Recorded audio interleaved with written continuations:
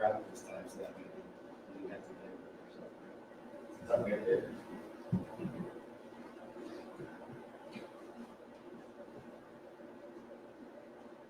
Good morning. This morning I will be reading scripture from the book of Luke, chapter 15, verses 11 through 20. And I'm reading out of the Message came this morning.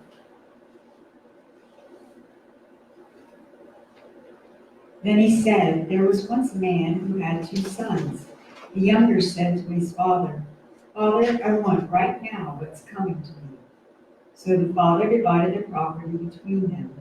It wasn't long before the younger son packed his bags and left for a distant country.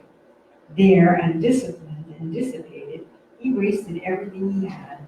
After he had gone through all his money, there was a bad famine all through that country, and he began to hurt. He signed on with a citizen there who assigned him to his fields to slaughter pigs. He was so hungry he would have eaten the corn cobs and the pig slop, but no one gave him any. That brought him to his senses. He said, all those farm hands working for my father sit down to 3 meals a day, and here I am starving to death. I'm going back to my father. I'll say to him, Father, I've sinned against God. I've sinned before you. I don't deserve to be called your son. Take me on as a hired hand. He got right up and went home to his father. This is God's word for God's word. Thanks, Nate.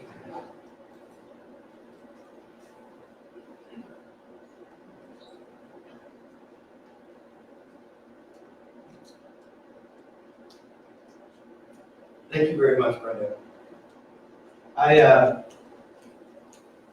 did not expect you to read it from the Message, but to hear it and hear some of the words that were used, I was like, oh, wow, I didn't think of it. I should have told her to read it from the Message. Because those words were a little bit important. We'll find out here in a minute. We'll talk about it. So how was your week?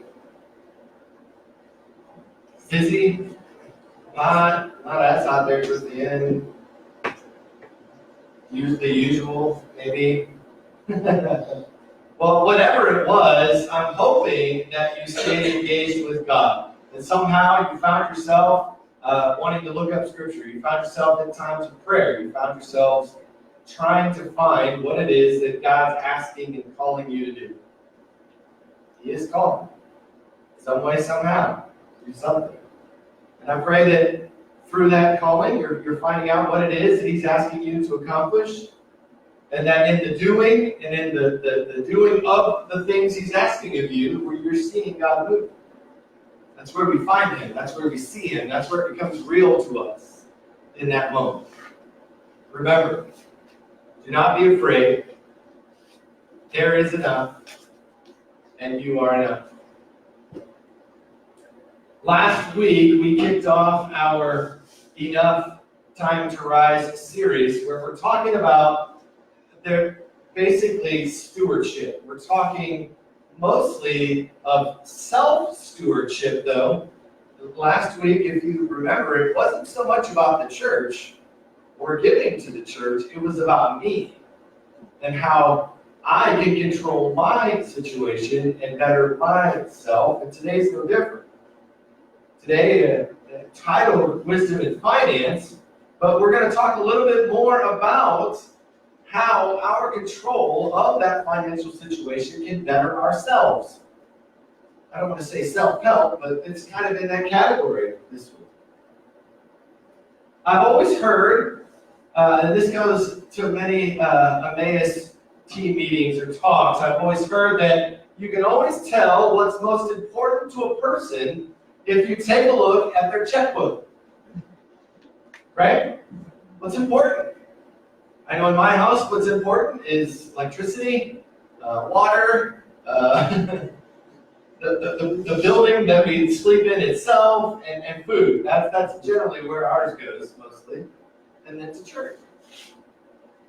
But what that means is it shows us where we are spending our energy, our time, and our money, right? Could be activities that take precedent. It could be things that take precedent, and that shows us where our heart is.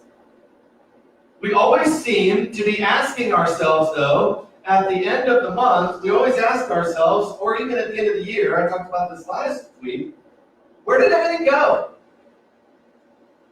Where did it all go? I had it, but then where did it go? The word today, we saw a little bit of that in the prodigal son story, right? We find this son asked his father, and I love again the way the message worded that, I want what's mine and I want it now. Right? That's us, right? And so the father gives it to him and he takes off with it. And he says, ha ha, suckers, I'm gone.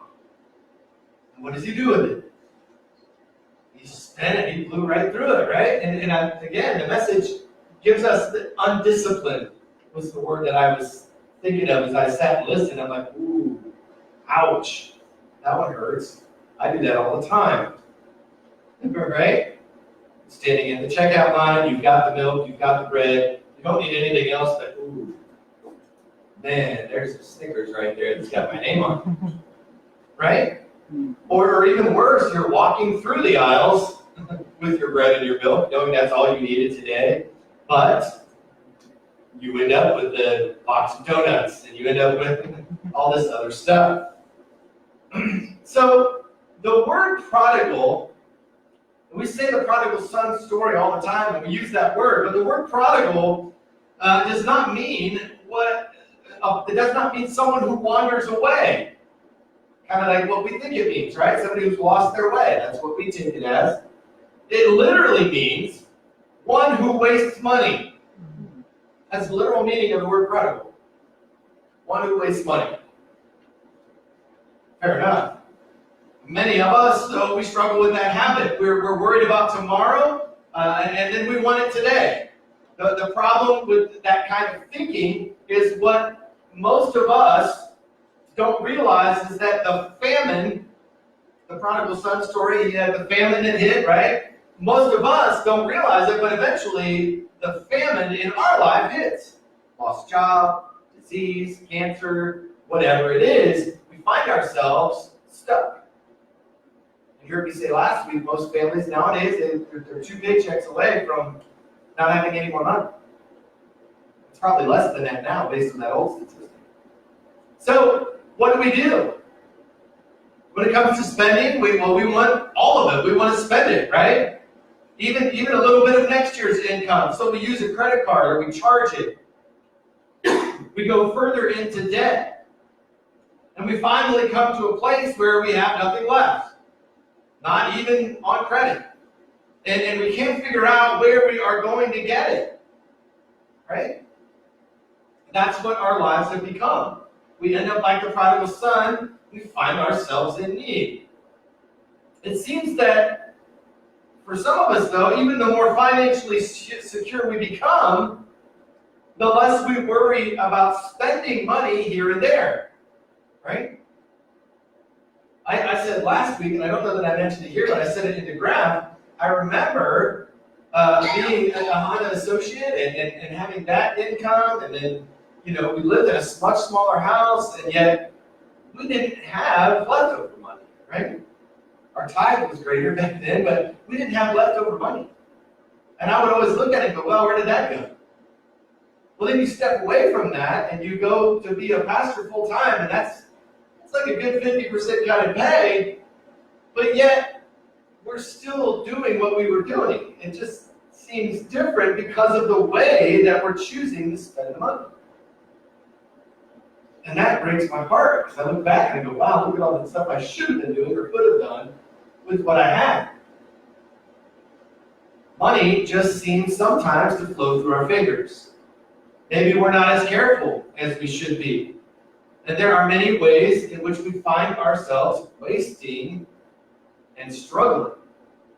But it's not necessary to eliminate all of that stuff together, but we stand and we have to think about how we spend our money. And I've always heard this, but I am the worst impulse buyer in the world. You can ask my wife. Don't take me to the store. Don't. Just don't. If she sends me to the store and gives me a list, oh, I'm good. Because if I have that list, man, I'm going to get in, I'm going to get this stuff, I'm going to get out. It's like a contest to see how fast I can do it. But if you send me in there with just 2 ideas and no list, I'll be in there for an hour and I'll have a cart full of stuff.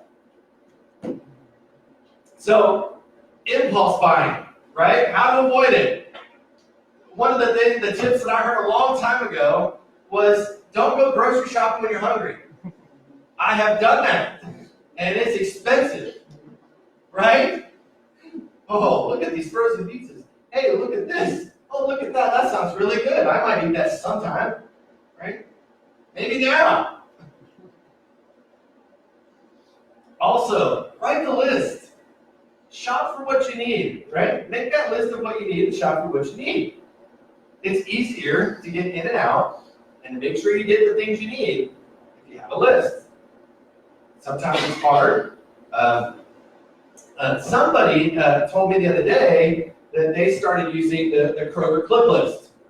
And that has made a total difference in their spending.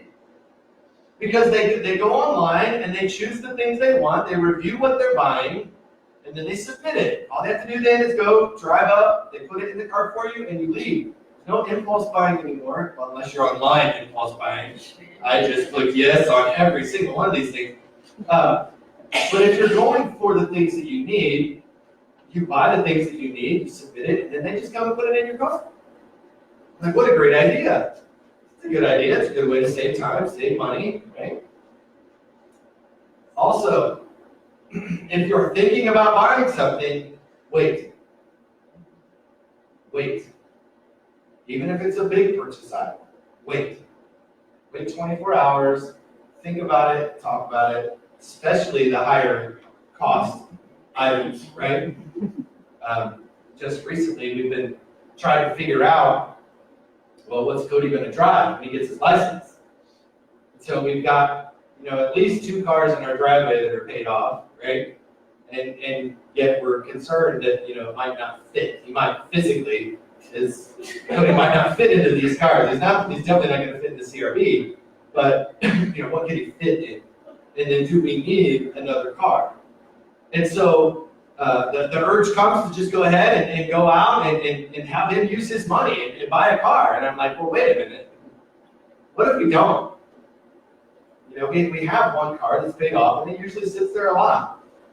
And so if he can use that, and we can organize schedules, whatever, we can save ourselves that expense.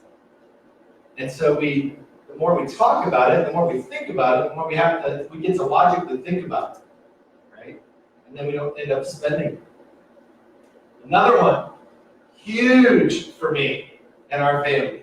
This is probably, outside of our living expenses, this is probably the greatest expense you would find in our checkbook. Like in our checkbook, this is that thing that would go, wow, why do you spend so much money on that? And that's eating out.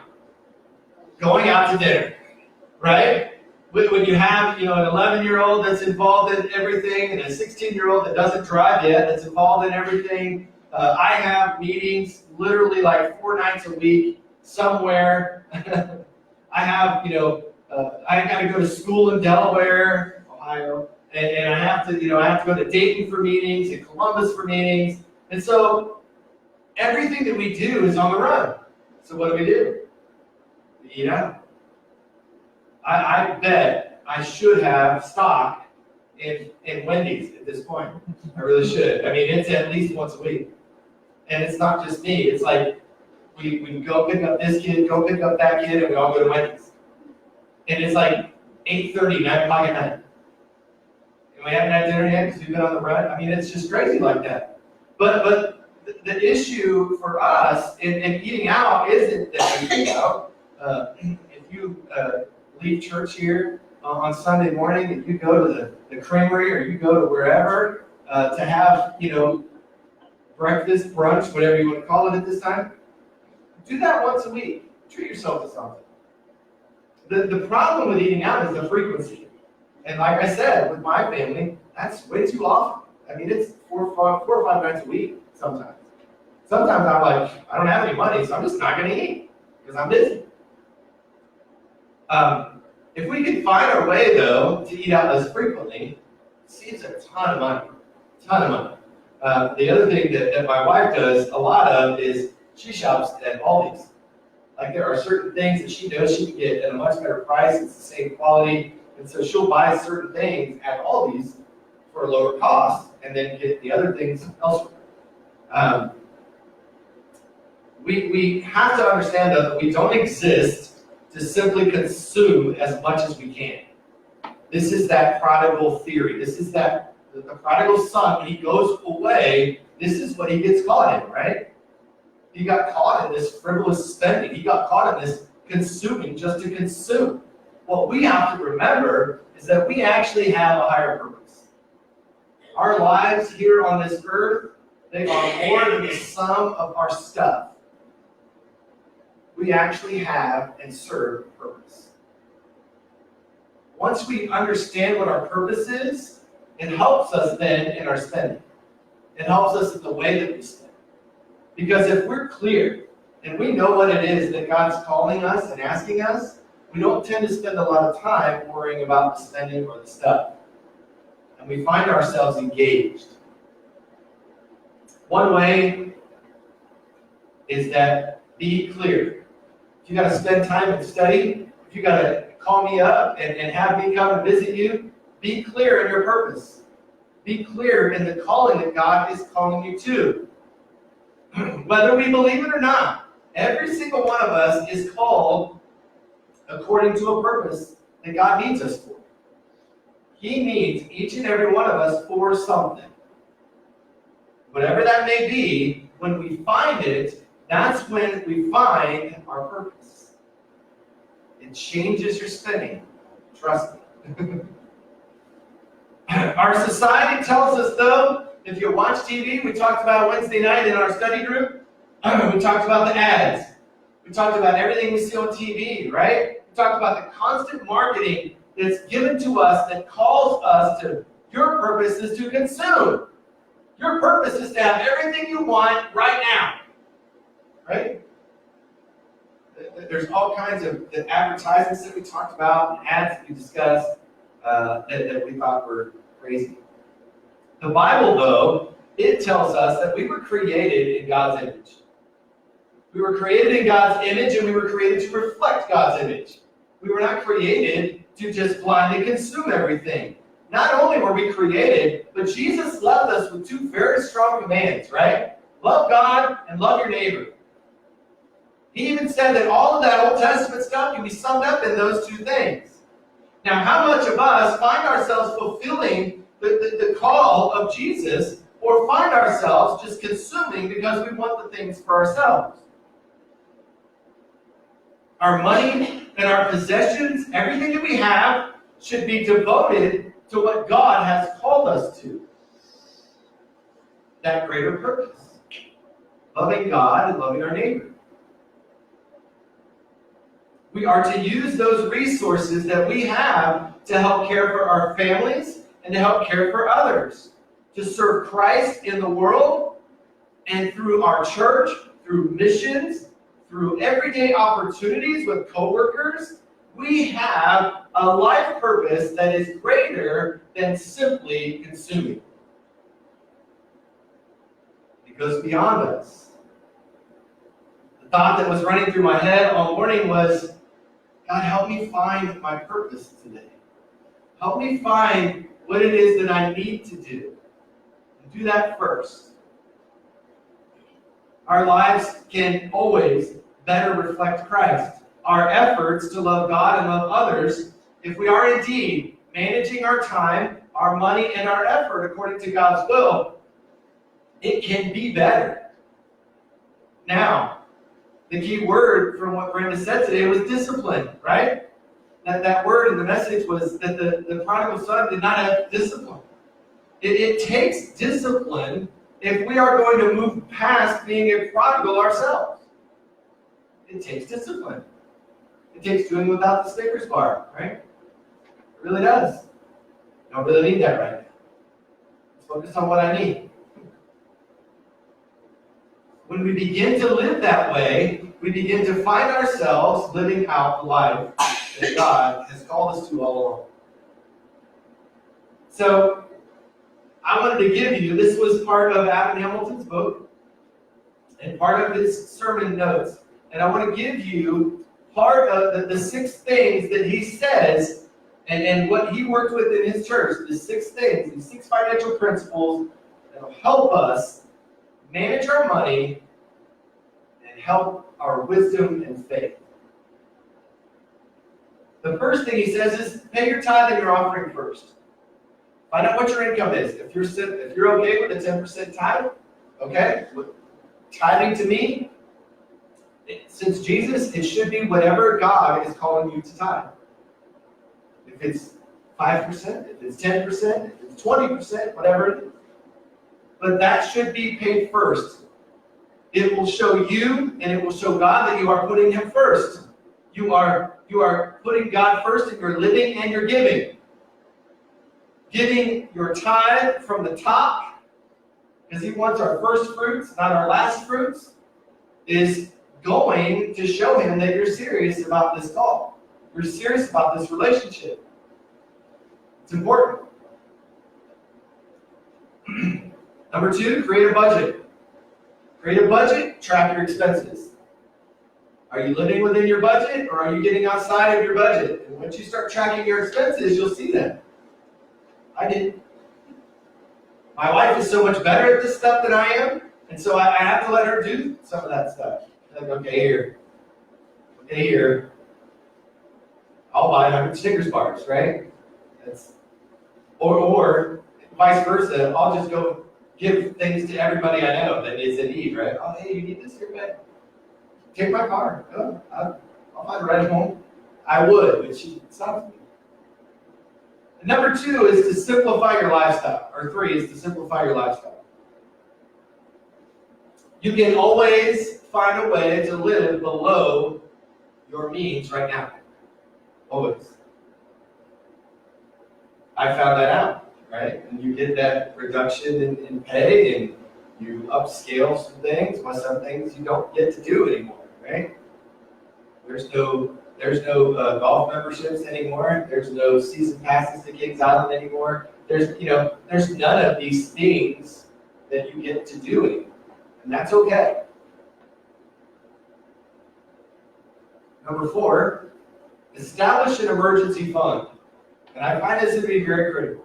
Because a lot of times we don't do this anymore. We don't save away. I think it was Dave Ramsey who recommended that it was $1,000.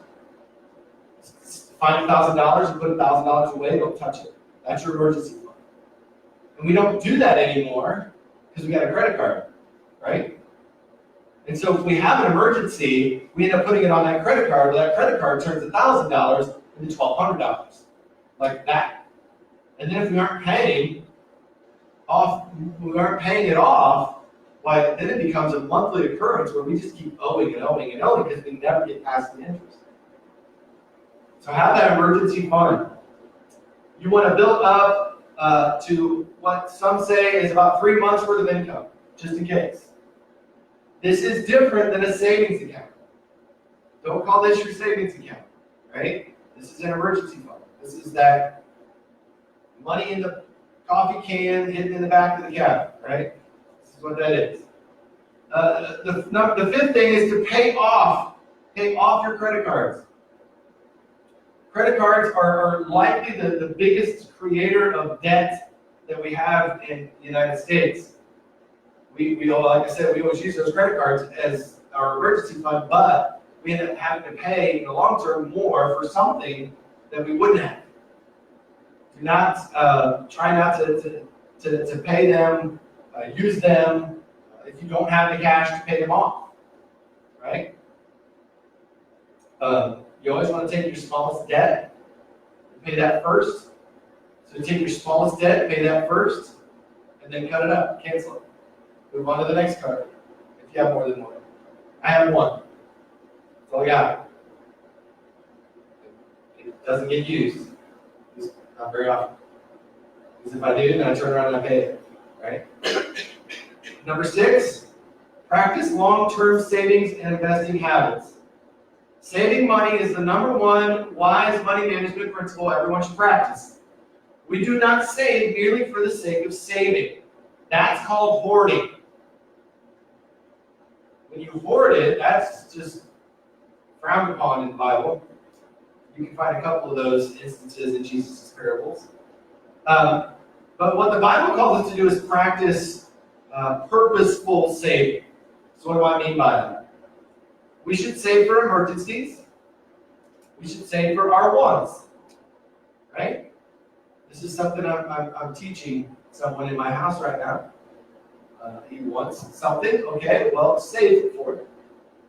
You take a certain percentage of your check and you give that to the church. You take the other percent, you put that towards your phone bill and what you owe people. And then you take another percent of this money that you want to save and you save that towards a goal. Right? He sat down with me a couple days ago. He's like, I realize if I just work 3 more weeks and I put that money aside every week, then after a month, I'll have the money to do what I want to do. And he goes, and I'll still be paying for my phone, and I'll still be paying mom back, and I'll still be paying this, and I'll still have money to live on. I'm like, I know, right? Isn't that crazy how that works? There is so much that we can gain from our wise money management, making good choices in our lives. And we can gain the freedom that we can start to help others. We can start to increase our tithe to our churches, who, if they are being the hands and feet of Christ, we are being the hands and feet of Christ. We can use that to help people that are in need, right? We have the ability to pay off bills, get out of debt, stop, being at the mercy of bill collectors, right? We gain the ability then to serve God. We get to place Him first in our lives. We get to let Him be the source of our future. And we begin to experience discipline. And that discipline will continue then into other areas of our lives as well. If this is a sticking point with you, and you are struggling today, this is something that you said, oh man, I haven't thought about that, or man, I really needed to hear this. Because these are things that we don't talk a lot about in church, right? We don't typically talk a lot about this. If it's something that's sticking with you, then we can dig into this deeper outside of here. We can look at ways into helping you build a budget. We can look at ways in helping you get a hold of a credit card there. If you need help with that, this book, Adam Hamilton has, I've got a ton of resources. There's a budget building planner. There's all kinds of things that I can give you and tools that I can help you with if you want to get deeper and do more. But I believe it's time for us to begin worshiping God with more than our 1 hour on Sunday morning. It's time for us to step outside the walls of the church, not only give Him access to us outside of the church, but to give Him access to our whole selves. He wants all of us. He doesn't want just a part of us. He doesn't want just our hour on Sunday morning. He wants our everyday. He wants our life. He wants our breath. He wants to be a part of our purchases. He wants to be a part of our bank account. He wants to be a part of our financial future. He wants to be a part of all of that. And it's up to us to make sure that we take Him outside of these walls. It is time for us to rise from the ashes that we find ourselves in and to give Him everything we've got. Amen.